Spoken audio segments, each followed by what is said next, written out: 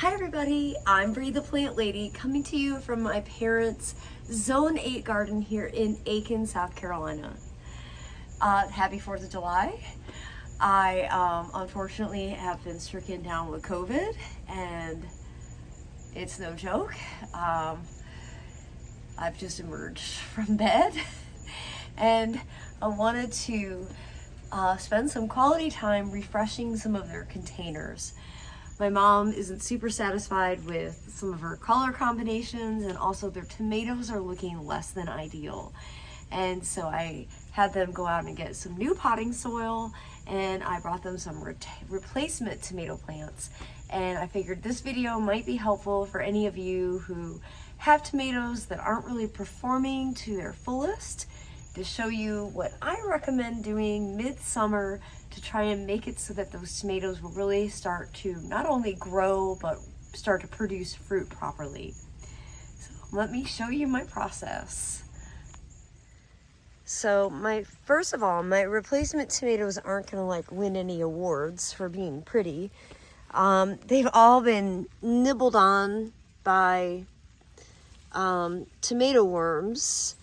So this 6-pack that are really tall, this is New Girl. And then these little tinies are cream sausage, my favorite variety. And you know, for those of you who live in the Southeast, you can plant tiny tomatoes. These were seeded just a few weeks ago, and these will produce. Really, they'll be fall producers. The advantage of planting them late, like right now in the middle of, or like the beginning of July, is really quite simple. You're going to avoid a lot of the disease issues that happen in May and June. So I'm going to use these tomatoes to hopefully refresh my mom's pots. I have a feeling that this is not going to be that dramatic of a video, but hopefully it will be helpful.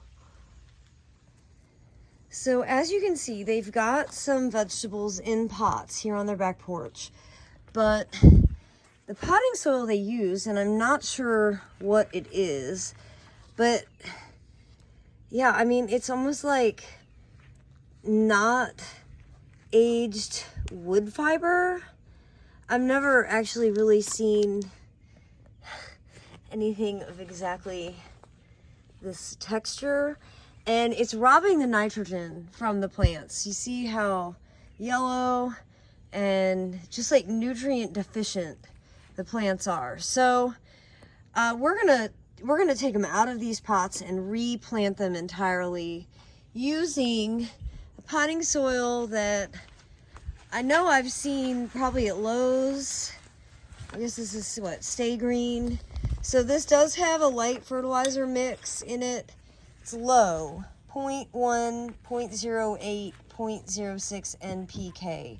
So once we get these repotted, we're going to need to still give them some proper fertilization, which we're going to do by just applying fish emulsion, a liquid feed that will provide the nutrients that these plants so desperately need.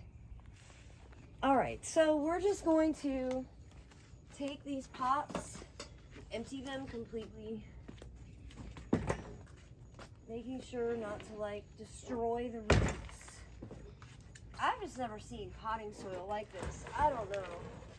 I mean, the roots are growing, but I mean, it's just such a weird wood texture.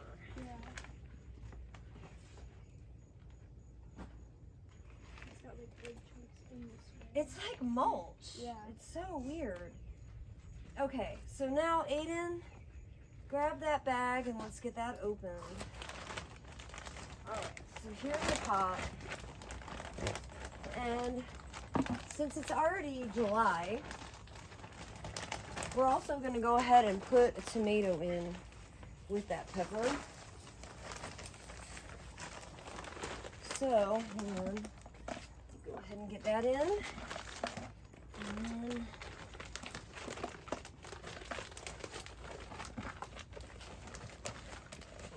that's much better, so you can dump it.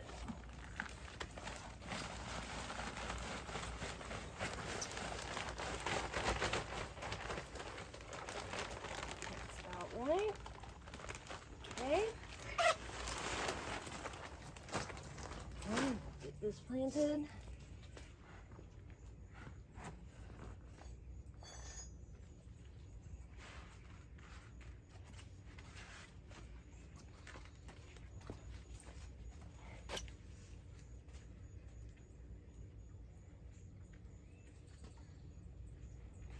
We're doing this one too, right? Yes.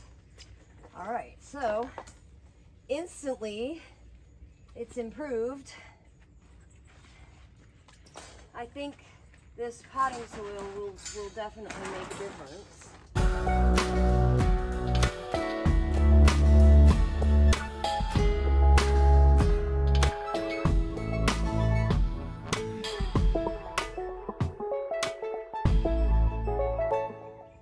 All right, now that we've gotten some of their tomatoes replanted, I wanted to address some of the pots that my mom is very dissatisfied by. And the reason that these pots just don't look great is, well, she planted a bunch of petunias that, in my experience, don't make it through the heat of the summer in the southeast. Petunias are awesome in zone 5, but this is zone 8. So I just generally don't recommend petunias or calibrachoa. I don't care what plant brand they come from. None of them are really that reliable. She's also got an agastache planted in here that is suffering from spider mites. And that's because it would really be better in the ground versus in a container. Now, I'll go ahead and acknowledge I'm at like 15%. COVID is really kind of taking me down. Can't believe how thirsty I am, you guys. Oh my gosh. So I'm not gonna do a complete fix for this pot. I'm just gonna cut back the stuff that looks bad, and in its place, I'm gonna pop in some cream sausage tomatoes, knowing that these will at least provide some delicious harvests later on in the season. Really, planting cream sausage now, they will start yielding in like September, October. And here in Aiken, they don't usually get frost until like after Thanksgiving. So that gives them plenty of time to be able to grow and produce.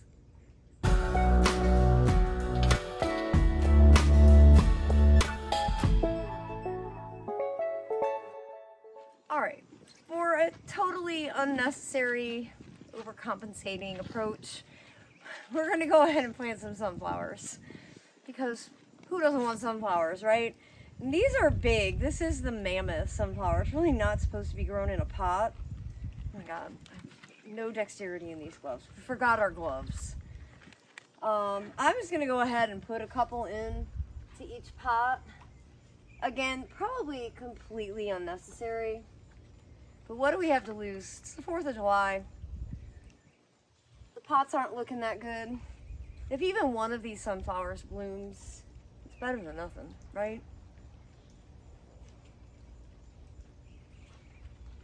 Okay, you can stop.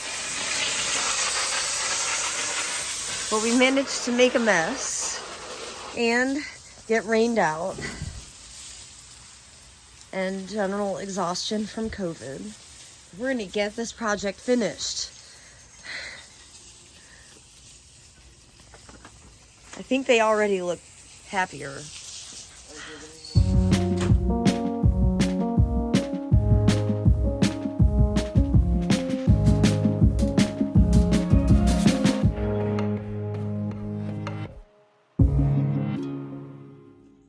So here's a few more tomatoes, and they're planted in this, I think it's like wood fiber soil, and it's definitely not ideal, but it's interesting here where they're getting more shade.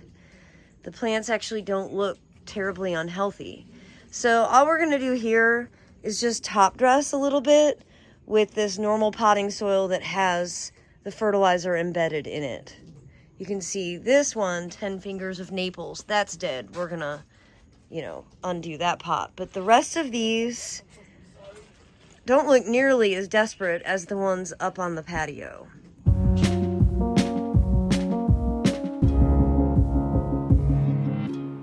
Well, and our last pot here is one that back in April I direct seeded with rice. I have no idea why none of the rice germinated, but it didn't. It's the same rice that I grow. Mine is germinated, so I don't understand, but that's just gardening sometimes. So instead, we're gonna super overcompensate. We're gonna put 3 giant tomatoes in this pot. That way they will have something to harvest. So it's already filled with kind of good normal potting soil. So we'll just plant these somewhat deep.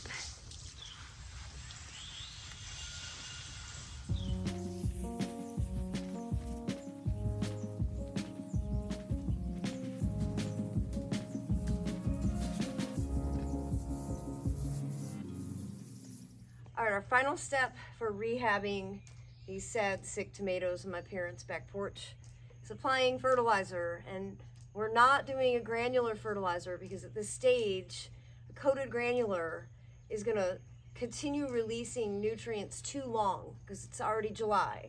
So instead, we're going with my favorite liquid feed, fish fertilizer. Yes, your neighbors will know that you have applied it. That's part of the joy of this.